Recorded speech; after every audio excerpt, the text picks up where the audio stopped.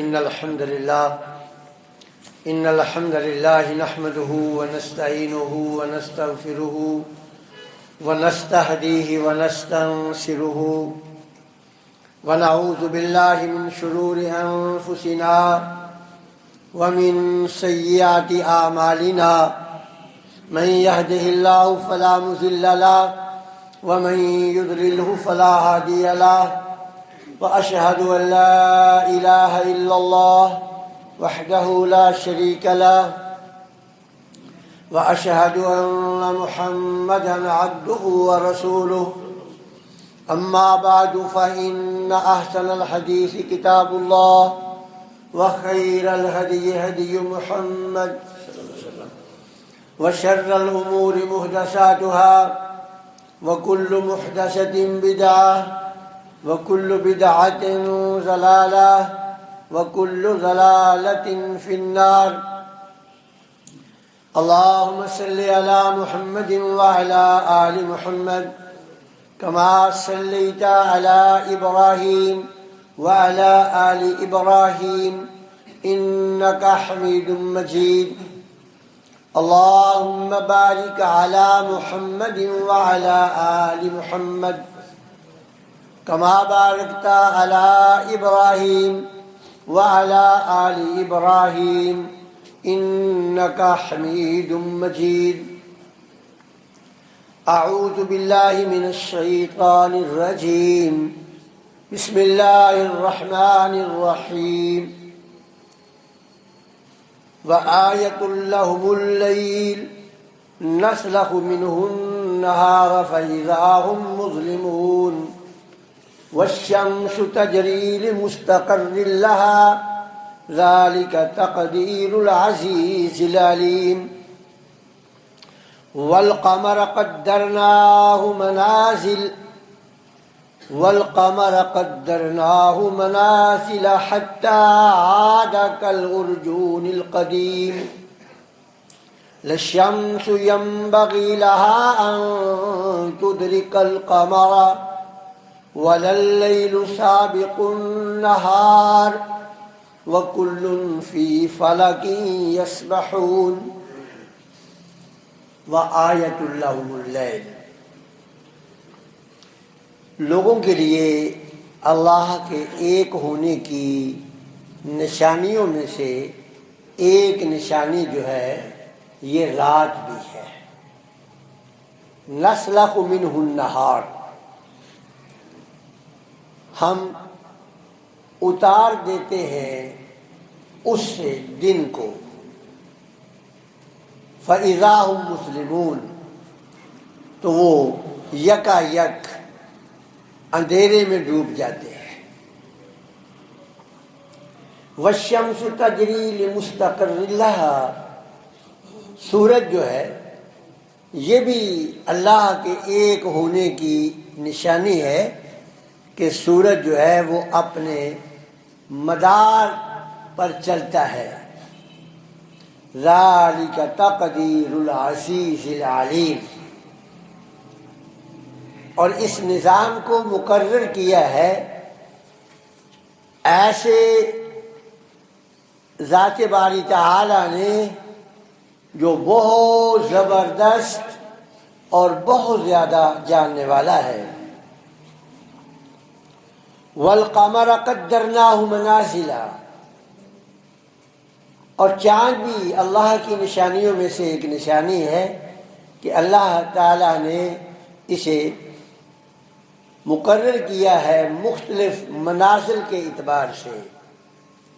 حتی عاد کالارجون القدیم، یہاں تک کہ یہ واپس ایسی حالت میں آ جاتا ہے جس طرح کے کھجور کے گوشے کی پرانی شاخ خشک ہوتی ہے. لَلشَّمْسُ يَنبَغِي لَهَا أَن تُدْرِكَ الْقَمَرَ، سورج اگرچہ بڑا طاقتور ہے لیکن اس کے لیے یہ لائق نہیں ہے کہ وہ چاند کو پالے. وَلَلَّيْلُ سَابِقُ النَّهَارِ، اور نہ رات دن سے پہلے آ سکتی ہے۔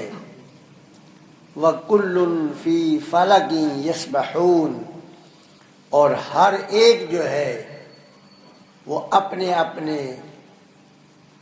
مقررہ جگہ پر تیر رہا ہے۔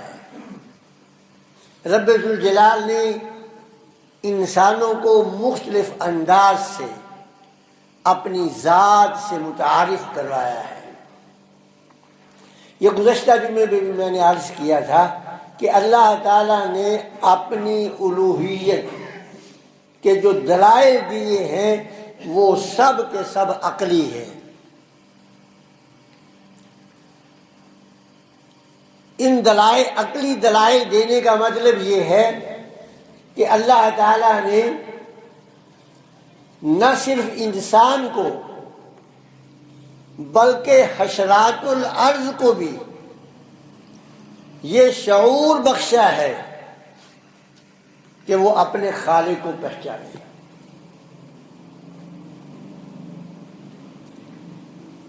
انسان تو اللہ کی اشرف المخلوقات ہے نا،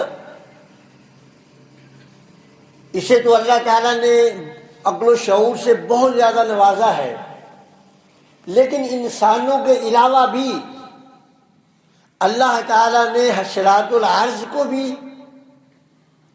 حتیٰ کہ جمادات کو بھی اللہ تعالیٰ نے یہ شعور بخشا ہے، اور وہ اس شعور کی بنیاد پر اپنے خالق حقیقی کو پہچانتے ہیں۔ اللہ تعالیٰ یہ تو اللہ کی مہربانی ہے نا کہ اللہ تعالیٰ نے ہماری رہنمائی کے لیے انبیاء کا ایک طویل سلسلہ جاری فرمایا۔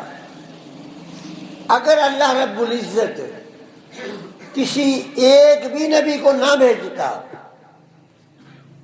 کسی بھی نبی کو نہ بھیجتا، کسی داعی کو نہ بھیجتا، اور قیامت کے دن اپنی ذات کے ساتھ شرک کرنے والوں کو جہنم میں ڈالتا، تو کسی بندے کے پاس یہ عذر نہ ہوتا کہ یا اللہ مجھے تو پتہ ہی نہیں تھا کہ تو ایک ہے، کوئی عذر نہ ہوتا۔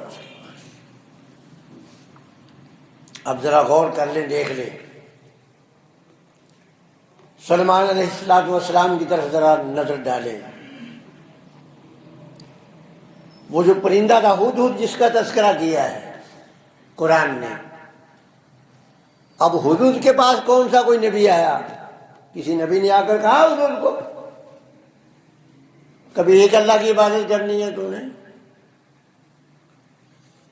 وہ ہدہد سلیمان علیہ السلام سے آ کر یہ کہتا ہے کہ میں نے عجیب دیکھا ہے، عجیب چیز دیکھی ہے۔ سلیمان علیہ السلام پوچھے بھی آپ نے کیا عجیب چیز دیکھی ہے؟ اس نے کہا میں نے یہ دیکھا ہے کہ لوگ اللہ کو چھوڑ کر سورج کی عبادت کر رہے ہیں۔ اب آپ یہ بتائیں کہ یہ جو ہدہد کے ذہن میں یہ بات آئی، یہ کہاں سے آئی؟ اس کو بھی اللہ نے شعور دیا ہے کہ عبادت کے لائق وہی ہے جو خالق ہے، جس نے پیدا کیا ہے۔ اس کو بھی یہ تعجب ہوا کہ ہے پیدا کرنے والا کوئی اور ہے، پوجا کسی اور کو جا رہا ہے۔ اس نے بطور تعجب کے یہ کہا۔ اور اسی طرح حضرت سلیمان علیہ السلام ایک دفعہ ان کے دور حکومت میں بارش نہ ہوئی، کتنا عرصہ گزر گیا۔ سلیمان علیہ السلام سے لوگوں نے درخواست کی، سلیمان علیہ السلام نے ایک دن متعین کر دیا کہ فلاں دن چلیں گے۔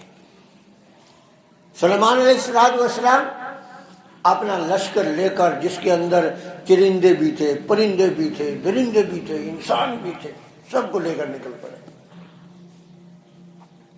آگے جب پہنچے، جہاں پہنچ کر اللہ کے حضور اپنی درخواست پیش کرنی تھی، تو وہاں کیا دیکھتے ہیں کہ ایک چیونٹی، اب چیونٹی کے سر میں کتنا بڑا ڈاکٹر صاحب دماغ ہو سکتا ہے، بالکل معمولی سا سارا اس کا ہو سکتا ہے کہ ڈاکٹر صاحب ماشاء اللہ سرجن ہیں، ہو سکتا ہے ان کو بھی وہ آپریشن کریں تو نہ نظر آئے اس کا دماغ کدھر ہے، بغیر جدید آلات کے بھی نہ نظر آئے کہ دماغ ہے کدھر۔ وہ چھوٹی سی چیونٹی، اس نے اپنے ننھے ننھے ہاتھ آسمان کی طرف اٹھا رکھے ہیں، کہتی ہے کہ یا اللہ ہم بھی تیری مخلوق میں سے ایک مخلوق ہیں، ہمیں بھی پانی چاہیے۔ چیونٹی نہیں کسی اور کے پاس گئی، اس کا بھی یہ عقیدہ ہے کہ اللہ ایک ہے، اس کا بھی یہ عقیدہ ہے کہ سارے یہ اختیارات اللہ کے پاس ہیں، وہ بارش مانگنے کے لیے کسی کے پاس نہیں ہے، اس کا عقیدہ ہی ہے۔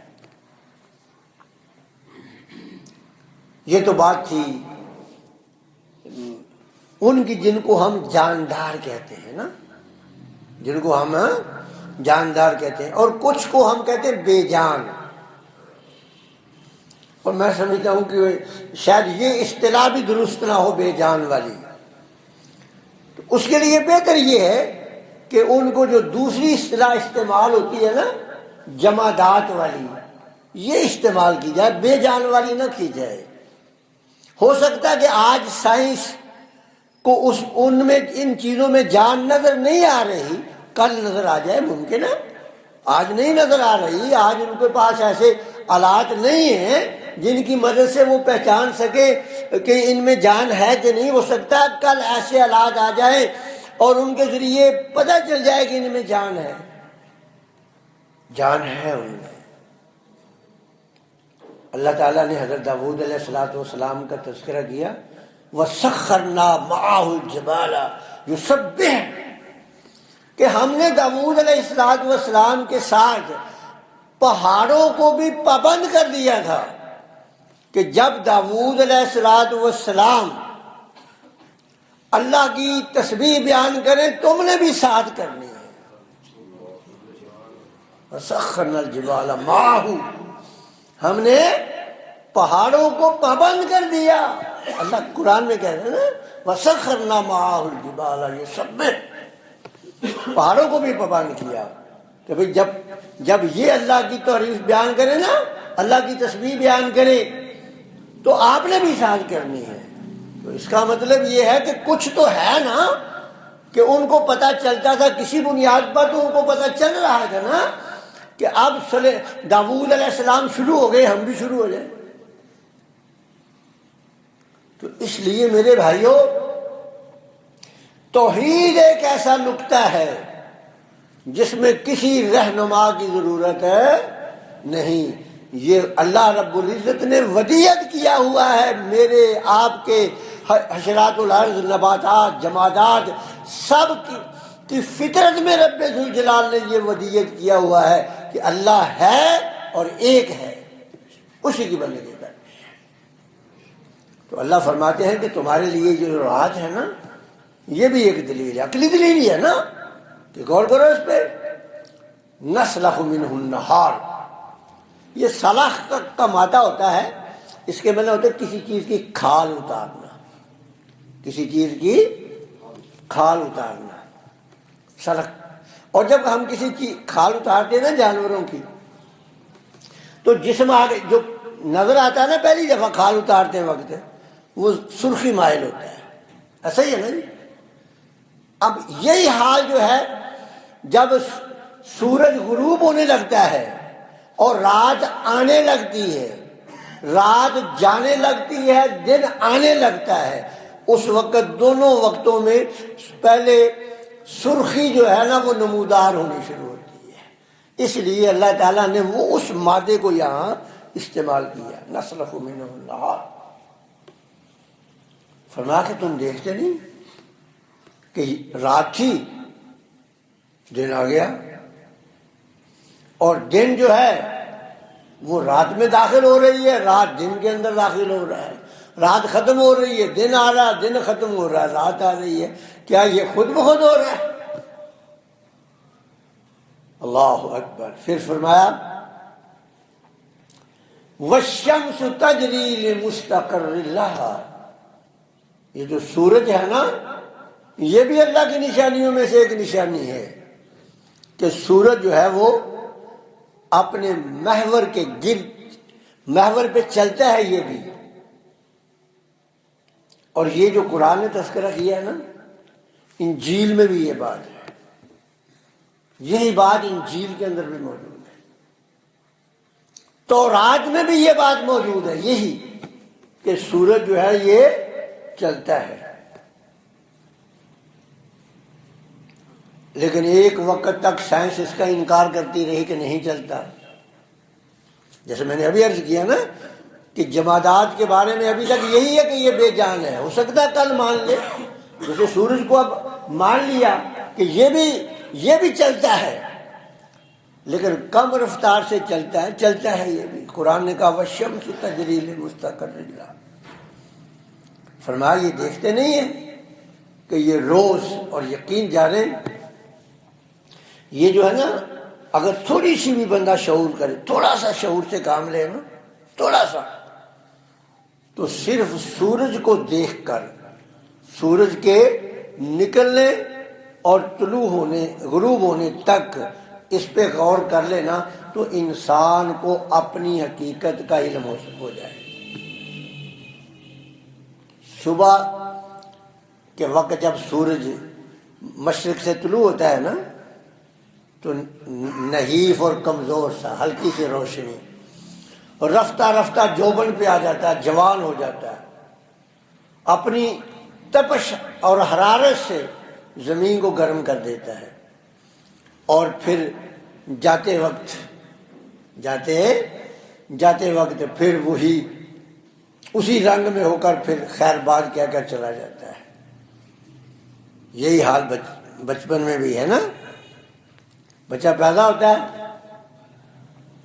تو وہ پدیشی، وہی سورج کی طرح پدیشی پیلیا ساتھ لے کر آتا ہے، ڈاکٹر ایسا ہی ہے نا، وہ پدیشی طور پہ لے کے آتا ہے اپنے ساتھ، اور کئی بیویاں بیچاری پریشان ہو جاتی ہے، کہتی ہے بچے کو تو یہ رکام ہے، ڈاکٹر صاحب کہتے ہیں گھبرانے کی ضرورت نہیں، یہ ایسا ہی ہوتا ہے۔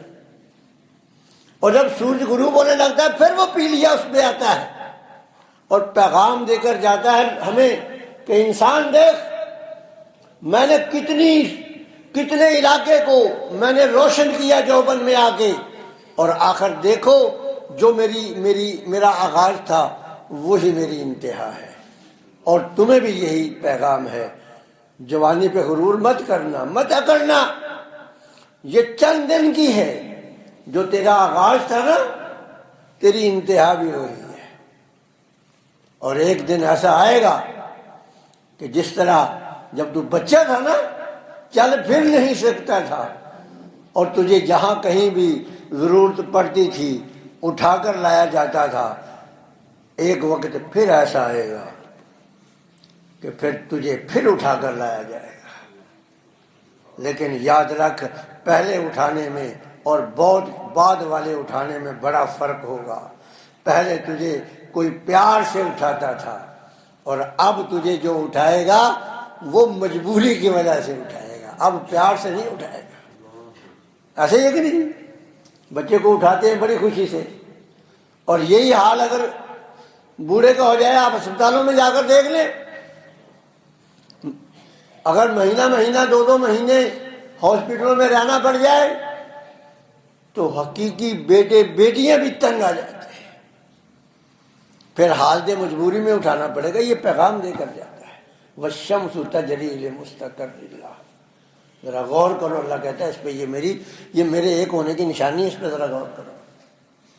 فرمایا ذالک تقدیر العزیز العلیم، یہ نظام اس کا ہے جو بڑی زبردست قوت کا مالک ہے، جاننے والا بھی ہے۔ اب آگے کی جو آیات ہے کیا کھول کر بیان کر رہی ہے۔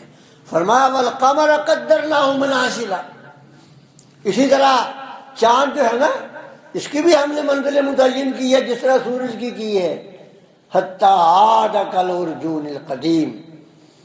چاند ایک وقت ایسا آتا ہے کہ وہ رات کو دن بنا دیتا ہے. چاند پہ بھی کچھ دن ایسے آتے ہیں نا کہ رات کو دن بناتا ہے. اور عربی زبان میں ان کے نام ہی ایام بیز ہیں. 13, 14 اور 15. یہ جو 3 دن ہے نا چاند کی تاریخ کے 13, 14, 15 ان کو عربی زبان میں ایام بیز کہتے ہیں. تو آپ نے دیکھا کہ وہ چاند جو ہے روشن کر رہا کتنے خطے کو، اور لوگ اس کو ایام بیز کے نام سے یاد کرتے ہیں. لیکن پھر ایک وقت آتا ہے حتی عاد کالعرجون القدیم. جب نکلتا ہے نا عاد کے معنی ہوتے ہیں لوٹنا، اسی حالت میں واپس آ جانا. اب آپ دیکھیں نا چاند جب نکلتا ہے مغرب سے شروع میں تو آپ اس کو دیکھتے ہیں بالکل پتلا سا، وہ جیسے کھجور کی شاخیں کبھی خشک دیکھی ہیں آپ نے، ایسی ہی ہوتی ہے نا، اس طرح کا ہوتا ہے. اور جب وہ 27-28 دن گزارتا ہے اور پھر آخر کار جس حال میں وہ طلوع ہوا تھا نا، جب ختم ہونے کو آتا ہے پھر اسی حال میں آتا ہے. اللہ فرماتے ہیں ان کو دیکھ کر عبرت حاصل کر لو. یہ کوئی خود بخود تھوڑی ہو رہا ہے، کوئی تو ہے نا جو ان کو کر رہا ہے. اللہ اکبر. فرمایا للشمس ينبغي لها ان تدرك القمر ولا الليل سابق النهار. اب سورج کو کیا مجال کہ سورج کہے کہ چل پیچھے ہٹ جا میرے راستے سے، چاند کو کہے چل. اور نہ چاند سورج کے نہ سورج چاند پہ وہ مالک نے جو ان کے لیے طریقہ کار متعین کیا ہے اسی کے مطابق چلتے ہیں. پھر کتنے سیارے اور بھی ہیں. وَكُلٌّ فِي فَلَكٍ يَسْبَحُونَ. اور سارے کے سارے اس میں جو ہے وہ چل رہے ہیں. ایکسیڈنٹ ہوا ابھی تک کبھی؟ ذَلِكَ تَقْدِيرُ الْعَزِيزِ الْعَلِيمِ. ایک العزیز، علیم غالب ہے، بڑا طاقتور ہے، اس نے پورے نظام کو سنبھال رکھا ہے. علیم کا مطلب ہے جاننے والا بھی ہے، اس کو پتا ہے کہ اس نے اس نظام کو چلانا کیسے ہے.